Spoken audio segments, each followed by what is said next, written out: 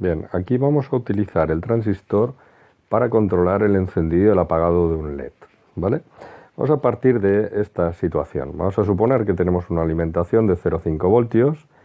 Podemos suponer también que nos digan que la corriente de base máxima es de 20 miliamperios, porque esto lo estamos controlando con un Arduino, y que queremos encender un LED.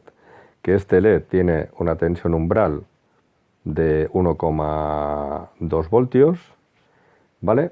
Que la tendremos aquí, más o menos 1,2, y que la corriente que necesitamos para que el LED se ilumine como Dios manda, pues está en torno a los 300 miliamperios. Estos datos los sacaríamos del LED, ¿vale? Entonces lo que queremos es saber cómo controlar con estos 20 milis los 300 milis. Por eso decimos que es una etapa de potencia, porque pasamos de unos niveles de 5 voltios 20 miliamperios a 5 voltios 300 miliamperios. Tenemos un amplificador de corriente, que es lo que es un transistor, básicamente. ¿Vale? Entonces, ¿qué vamos a hacer? Pues básicamente vamos a coger y primero vamos a analizar el circuito de colector. La ecuación del colector será VCC es igual a la corriente colector, que me están pidiendo que sea 300 milis, por la resistencia colector, más la caída en el LED de 1,2, y que vamos a suponer que el transistor está saturado, VC SAT, que es aquel punto en el que sabemos que esta tensión es muy chiquitita y el transistor está a tope, ¿vale? En ese caso, que deja pasar la máxima corriente, esta corriente de colector, vamos a decir que son los 300 miliamperios que necesita el LED. ¿Y de aquí qué haremos? Pues con los 5 voltios que me da la corriente y todo lo demás, podemos calcular la resistencia del colector, que será la que se encargue, ¿vale?, de dejar pasar la corriente necesaria. ¿Vale? Calcularemos la resistencia colector, ¿vale?, como 5 menos 1,2 menos 0,2 y partido los 300 milis, que es 0,3. Y esto da una resistencia de 12 ohmios. ¿Vale? Bien, si yo ahora tuviera que decidir una resistencia comercial, ¿qué la cojo, más grande o más pequeña? La siguiente, si la cojo más grande, sé que la corriente será menor. Bueno, pues bajará la intensidad. Y si la cojo más pequeña, la corriente es mayor y a lo mejor lo que no aguanta es el diodo.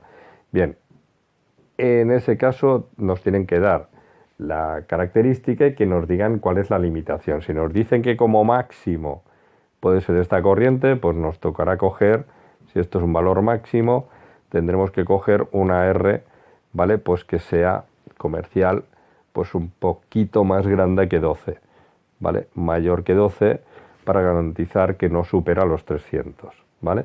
Ese sería un problema práctico real.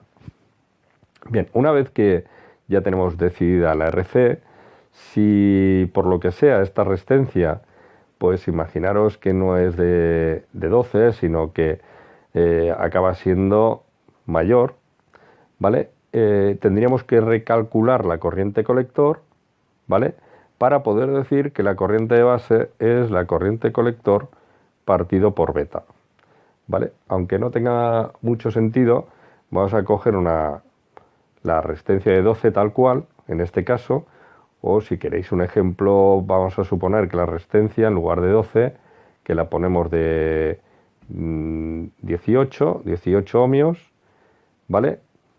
Y que entonces la corriente colector la tenemos que volver a calcular.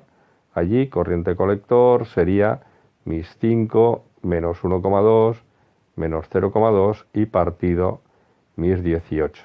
Y de ahí vería exactamente, ¿vale?, que, ¿vale?, o sea, qué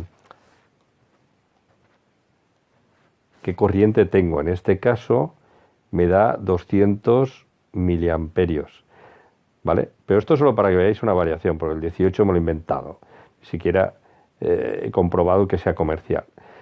¿Para qué? Para que veáis que esto sería lo que tengo que poner aquí y decir que la corriente de base son esos 200 entre la beta que me han dado, que es de 40, y poder decir que la corriente de base va a ser de 5 miliamperios. Con esos 5 miliamperios, ¿ahora qué hago? Me voy al circuito de base. Siempre es el mismo orden, ¿vale? Primero colector, siempre, y después el circuito de base. Y en el circuito de base, ahora lo que haremos será pues imponer esta corriente de base. Como me dicen que tiene que ser menor que 20 y veo que se cumple, fantástico. En realidad en este problema ya está limitado. Esto lo comento porque hay problemas en los que tenemos que elegir la beta. Imaginaros que me dicen que la beta no es 40, sino que puedo elegir entre una beta de 40, de 100, etcétera. ¿Vale? Bien, pues como yo había llegado a una corriente colector de 200 miliamperios, yo podría haber elegido una beta de 10, que me daría una corriente de base de 20, ¿vale? Pero como no es el caso, pues seguimos con lo que tenemos. Entonces tenemos aquí que la tensión de base tiene que ser igual a la corriente de base por la resistencia de base más la tensión base emisor on. ¿Vale? Y aquí ¿qué ocurrirá? Pues que calcularemos la resistencia de base y, ojo, que qué pasa si luego nos piden la comercial. Pues que si la cogemos más pequeña, la corriente de base crece y la corriente colector también. Entonces tendríamos que ver si cuadra.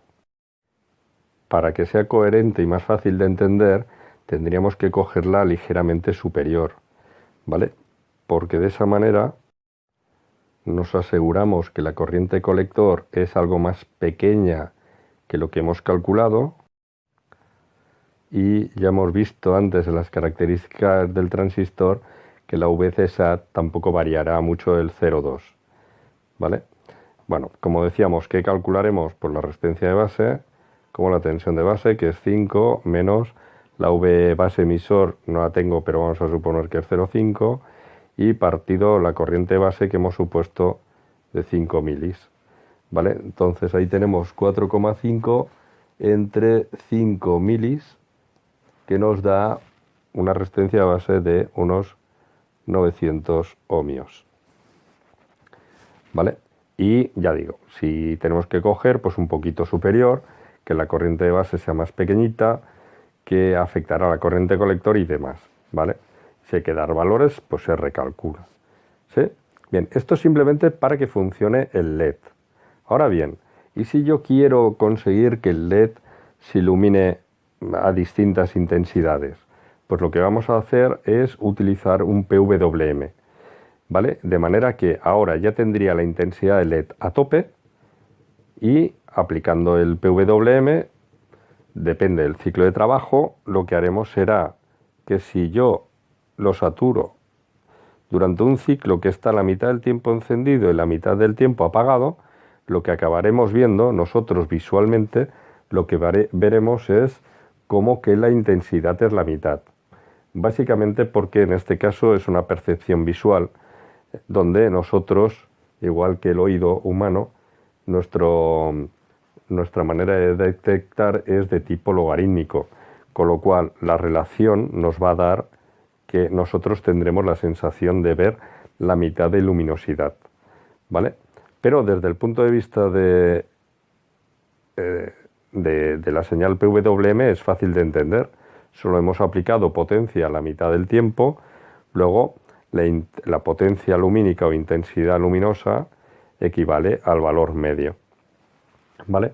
Vamos a dedicar un vídeo cortito a qué es el PWM, y en el LED ya digo, es proporcional. Si el ciclo de trabajo es del 25%, pues para nosotros veremos el 25% de intensidad. La intensidad lumínica es potencia y nosotros la percibimos de esa manera, ¿vale?